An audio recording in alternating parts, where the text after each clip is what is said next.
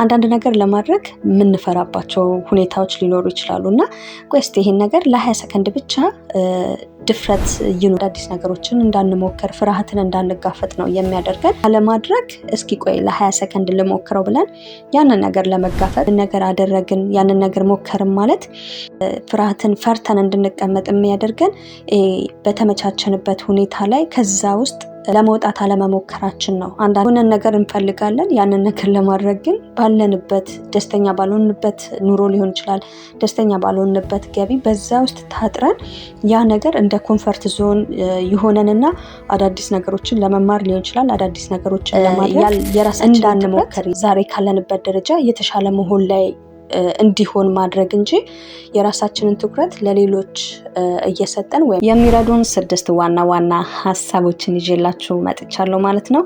እነኚህ ሐሳቦች ትክክለኛ የሚሰሩ የተጠኑ ናቸው ማለት ነው። እስከመጨረሻው ድረስ ከኔ ጋር ከሆናችሁ በእነኚህ ሐሳቦች እንደምትጠቀሙባቸው አምናለሁ። ሰላም ጤና ይስጥልኝ ውድ የማርቲቱ ቤተሰቦች እንዴት ናችሁ? እኔ ፈጣሪ አምላክ የተመሰገነ ይሁን ሰላም ነኝ። እናንተም በያላችሁበት ሰላማችሁ ይብዛልኝ እያልኩ ቀጥታ ወደ ዕለቱ ፕሮግራም የማልፍ ይሆናል። የሚጠቅሙ 6 ሐሳቦችን ነው የማካፍላችሁ ማለት ነው። በመጀመሪያ ደረጃ እንግዲህ ራስን በንቃት ማበረታታት ነው። ራሳችንን በንቃት በመናበረታታበት ሰዓት ወይም ደግሞ ይሄ ፖዚቲቭ ሰልፍ ቶክ የምንለው ነገር እጅግ በጣም ይጠቅመናል ማለት ነው። በውስጣችን የሚመላለሱ አትችልም የሚሉ አይደለ አሉታዊ ሐሳቦችን በማስወገድ እችላለሁ ከስተቴ ተምሬ ራሴን መቀየር እችላለሁ አዎንታዊ ንግግሮችን ለራስ በመንገር የምንፈልገውን ነገር ለማሳካት ድፍረት ይሆነናል ማለት ነውና አንዳንዴ በውስጣችን የሆነ ነገር ለማድረግ ስንፈልግ ሐሳቡ አለን ለማድረግ ግን የውስጣችን አንዳንድ ሐሳቦች አትችልም ባይሳካልህ ሲቅርብህ የሚሉ ነገሮች ውስጣችንን የምንፈልገውን ነገር እንዳናደርግ የራሳችን የውስጣችን ሐሳብ ሊገድበን ይችላል ማለት ነውና ራስን በንቃት ማበረታታት ለራስ አሪፍ የሆኑ ቃላቶችን መጠቀም በሚገርም ሁኔታ የምንፈልገውን ነገር ለማድረግ ፊውል ነው የሚሆነን ማለት ነውና ይሄንን ስናቅ ይሄንን ስንረዳ ለራሳችን በንቃት ማበረታታት ለራሳችን መልካም ቃላቶችን በመናገር ለራሳችን ያለንን ክብር ለራሳችን ያለንን ፍቅር በዚህ መንገድ መግለጽ እንችላለን ማለት ነውና ለራሳችን አሪፍ የሆኑ ቃላቶችን በመናገርበት ሰዓት በራስ መተማመናችንን የምንገነባበት የመጀመሪያው ሐሳብ ነው ማለት ነው። ሌላኛውና ሁለተኛው በራስ መተማመናችንን ለመገንባት የሚጠቅመን ይሄ ከተመቻቸ ቀጠና መውጣት ነው።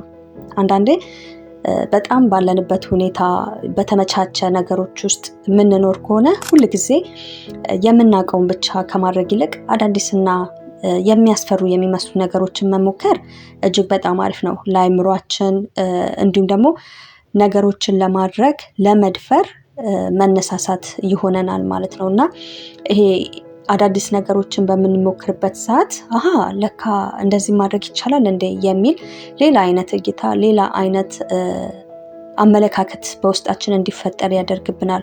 ከዚህ ጋር ተያይዞ ደግሞ ያንን ነገር አደረግን ያንን ነገር ሞከርን ማለት ፍርሃትን ፈርተን እንድንቀመጥ የሚያደርገን በተመቻቸንበት ሁኔታ ላይ ከዛ ውስጥ አይደለ ለመውጣት አለመሞከራችን ነው። አንዳንዴ ድህነታችን በራሱ የሆነ ምቾት የሚሆንብን ክስተቶች ሁኔታዎች አሉና የሆነ ነገር እንፈልጋለን ያንን ነገር ለማድረግ ግን ባለንበት ደስተኛ ባልሆንበት ኑሮ ሊሆን ይችላል ደስተኛ ባልሆንበት ገቢ በዛ ውስጥ ታጥረን ያ ነገር እንደ ኮምፈርት ዞን ይሆነንና አዳዲስ ነገሮችን ለመማር ሊሆን ይችላል አዳዲስ ነገሮችን ለማድረግ እንዳንሞክር ያደርገናል ማለት ነው። ይህ ሆነ ማለት በዛ በምቾት በድህነት ምቾት ውስጥ ተቀምጠን የምንፈልገውን ነገር ከማለም በስተቀር በህይወት ምንም ጠብ የሚል ነገር ሳይኖር እንኖራለን ማለት ነውና ይሄ ነገር እጅግ በጣም ዋጋ ያስከፍላል። እንዲሁም አዳዲስ ነገሮችን እንዳንሞክር ፍርሃትን እንዳንጋፈጥ ነው የሚያደርገን።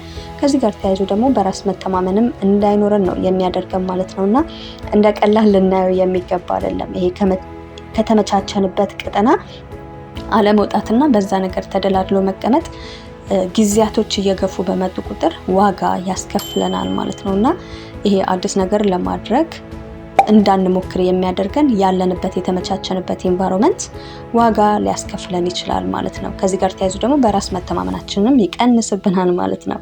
ሌላኛውና ሶስተኛው ያስኩላችሁ ሀሳብ ምንድነው?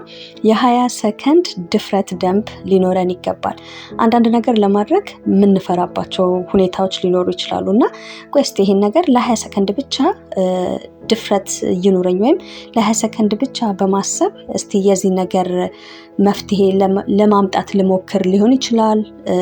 ለምሳሌ ስልክ ለመደወል ወይም መድረክ ላይ ወጥቶ የሆነ ንግግር ለማድረግ እንፈራለን አይደል? ግን እስኪ ቆይ ለ20 ሰከንድ ልሞክረው ብለን ያንን እርምጃ ከወሰድን ከ20 ሰከንድ በኋላ ያለውን ጉዞ አለመጓዝ አንችልም ነው ሀሳቡ ማለት ነው። እና የሆነ ነገር ለማድረግ በምንፈራበት ሰዓት የ20 ሰከንድ የድፍረት ደንብ ወይም ይሄ የ20 ሰከንድ ሩል ቢኖረን ለራሳችን እጅግ በጣም አሪፍ ነው ማለት ነው።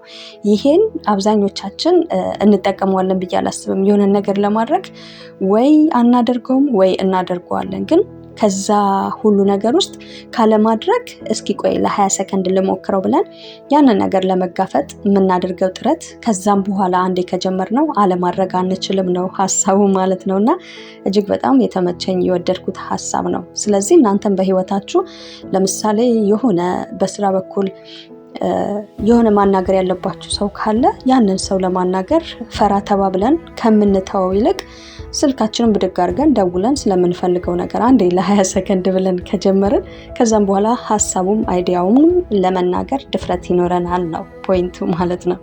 ሌላኛውና አራተኛው ሀሳብ ደግሞ ምንድነው? ራስን ከሌሎች ጋር አለማነጻጸር ነው። ይሄ እጅግ በጣም በተለይ በዚህ ዘመን ላይ የምናየው ነውና ይሄ ራሳችንን ከሌሎች ጋር በምናወዳድርበት አሊያም በምናነጻጽርበት ሰዓት በራስ መተማመናችንን የሚሸረሽርብን ነገር ነውና ከዚህ ይልቅ እያንዳንዱ ሰው የራሱ ጉዞ እንዳለው ማወቅ መቻል አለብን። ስለዚህ የኛ መጀመሪያ የሌላውን ሰው መጨረሻ ማነጻጸር ሰዎች ስኬታማ ለመሆን መጀመሪያ የሆነ የሚነሱበት የሚፍጨረጨሩበት መንገድ ይኖራል አይደል? ግን እኛ እየተፍጨረጨርን ባለንበት ሁኔታ ላይ የሌሎች ሰዎችን መጨረሻቸውን፣ ስኬታቸውን፣ ትዳራቸውን ሊሆን ይችላል በቃ አለ አይደለ? ያንን ነገር እያየን ራሳችንን የምናነጻጽር ራሳችንን የምናወዳድር ከሆነ በራስ ያለንን መተማመን የሚሸረሽርብን ነው የሚሆነው ማለት ነው። ስለዚህ ራሳችንን ከሌሎች ጋር ማነጻጸር ከባድ ነው ማለት አንዳንድ ራሳችን የምናወዳድርባቸው ሀሳቦች ሊኖሩ ይችላሉ። ጠንካራ ሰው ስናይ ሊሆን ይችላል እኛ በምንሰራበት ወይም እኛ መኖር የምንፈልገውን ላይፍ እየኖረ ያለ ሰው ካለ ያ ሰው እንዴት ነው ያንን ነገር ያሳካው የሚለውን የዛን ሰው መንገድ ፈለግ ተከትለን ያ መንፈሳዊና ደስ የሚል ቅናት ነው ወይም ንጽጽር ነው። ግን ይሄ በጣም አለ አይደለ ያንን ሰው እያየን ራሳችንን የምንጎዳው ራሳችንን አሳነስ ከሆነ ያ በራስ መተማመናችንን ይገልብናል ማለት ነውና የራሳችንን ትኩረት ዛሬ ካለንበት ደረጃ የተሻለ መሆን ላይ እንዲሆን ማድረግ እንጂ የራሳችንን ትኩረት ለሌሎች እየሰጠን ወይም ደግሞ ትኩረታችን ራሳችን ላይ አሁን ያለንባት እየተፍጨረጨርንበት ያለነውን ነገር ላይ ከመሆን ይልቅ ሰዎች ያደረጉት የሰዎች መጨረሻ የሰዎች ድል ወይም የሰዎች ስኬትን እያየን አሁን እኔም እየኖርክ ነው አይነት ስሜት የሚሰማን ከሆነ ይህ እጅግ በጣም የሚጎዳን ሀሳብ ነው ማለት ነውና ራሳችንን ከሌሎች ጋር የምናወዳድረው በምን አይነት ሁኔታዎች ነው የሚለውን ለይቶ ማወቅ አሪፍ ነው። ከሰው ጋር መነጻጸር አሪፍ ነው። አንዳንድ ቅናቶች መንፈሳዊ ሆኑ የምንቀናባቸው ሰዎች ኢነርጂ የሚሆኑን እኮ አሉ። ስለዚህ አንዳንድ መንፈሳዊ ደስ የሚሉ ፖዚቲቭ የሆኑ ቅናቶች መልካም ናቸው። ግን በዛ የምንቀናበት ሰው እሱን እያየን ራሳችንን የምናሳነስ ለራሳችን ያለን ፍቅር አመለካከት የሚወርድ ከሆነ ያ የሚጎዳ ቅናት ወይም ደግሞ ንጽጽር ነው ማለት ነው።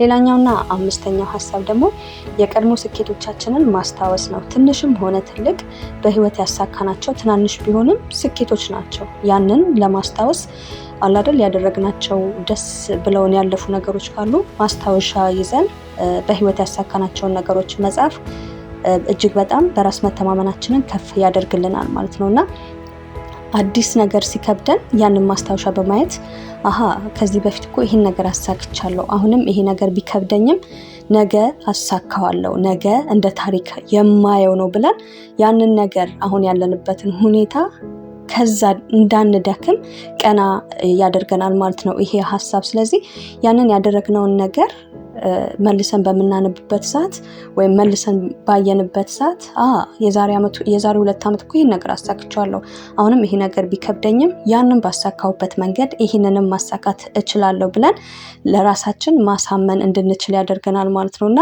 ይሄ በህይወታችን ያሳካናቸው ትንንሽ ሆኑም ትልልቅ ብቻ አድርጌያቸዋለሁ ብለን የተደሰትንባቸውን ነገሮች ማስታወሻ ይዘን ጽፈን ብናስቀምጣቸው ከተወሰነ ዓመታት በኋላ ደግሞ በህይወት አዳዲስ ነገሮች ይገጥሙናልና እነኛን ነገሮች ለማሳካት ጉልበታችን ትንሽ ደከም ካለ አለ አይደለ የሆነ የመሰላቸት ሊሆን ይችላል፣ ተወው የሚል አይነት ስሜት በሚሰማን ሰዓት ያ የጻፍነው ሐሳብ ያንንም አልፌዋለሁ፣ ይሄንንም ደግሞ በዛ ጥበብ በዛ መንገድ አልፈዋለሁ እንድንል ይረዳናል ማለት ነውና ሐሳቡን አግኝታችሁታል ብዬ አስባለሁ። ስለዚህ 5ኛው ነጥቤ በቀደመው ህይወታችን ላይ ያሳካናቸውን ነገሮች በኖት መልክ ብንጽፋቸው ይጠቅመናል ማለት ነው። ሌላኛውና የመጨረሻው ሐሳቤ ደግሞ ለራስ እንክብካቤ መስጠት ነው። ለራስ በቂ የሆነ እንክብካቤ ከምንሰጥባቸው ነገሮች አንዱ በቂ እንቅልፍ መተኛት፣ ስፖርት፣ የተመጣጠነ ምግብ ለአእምሮ ጥንካሬና ወሳኝ የሆኑ ነገሮች ናቸው ማለት ነው። አንዳንዴ ለራስ እንክብካቤ መስጠት ሲባል ይሄ ከሰዎች ጋር ፉክክር፣ እከሌ የለበሰውን ልብስ መልበስ፣ እከሌ የነዳውን መኪና መንዳት እንደዛ አይነት ነገር አይደለም። ለራስ እንክብካቤ መስጠት ማለት በቂ እንቅልፍ መተኛት ነው። ወይም ደግሞ ስፖርት መስራት፣ የተመጣጠነ ምግብ አለ አይደል? እነኚህ ነገሮች ለአእምሮአችን ጥንካሬ ወሳኝ ናቸውና አካላዊ ጤንነት ሲኖረን ነው በራስ መኩራት፣ በራስ መተማመናችን፣ ስሜታችን ከፍተኛ የሚሆነው ማለት ነውና እነኚህን ነገሮች ባደረግን ቁጥር ለራሳችን ያለን ፍቅር፣ ለራሳችን ያለን ከበሬታ ከፍተኛ ይሆናል ማለት ነው። አይ ሆፕ በእነኚህ ሐሳቦችም አሪፍ ነጥቦችን እንዳገኛችሁበት አምናለሁ። የእናንተንም ሐሳብ አስተያየት ብታሳውቁኝ ደስ ይለኛል። በቀጣይ በሌላ ፕሮግራም እስከምንገናኝ በያለንበት ቸርን ሰንበት።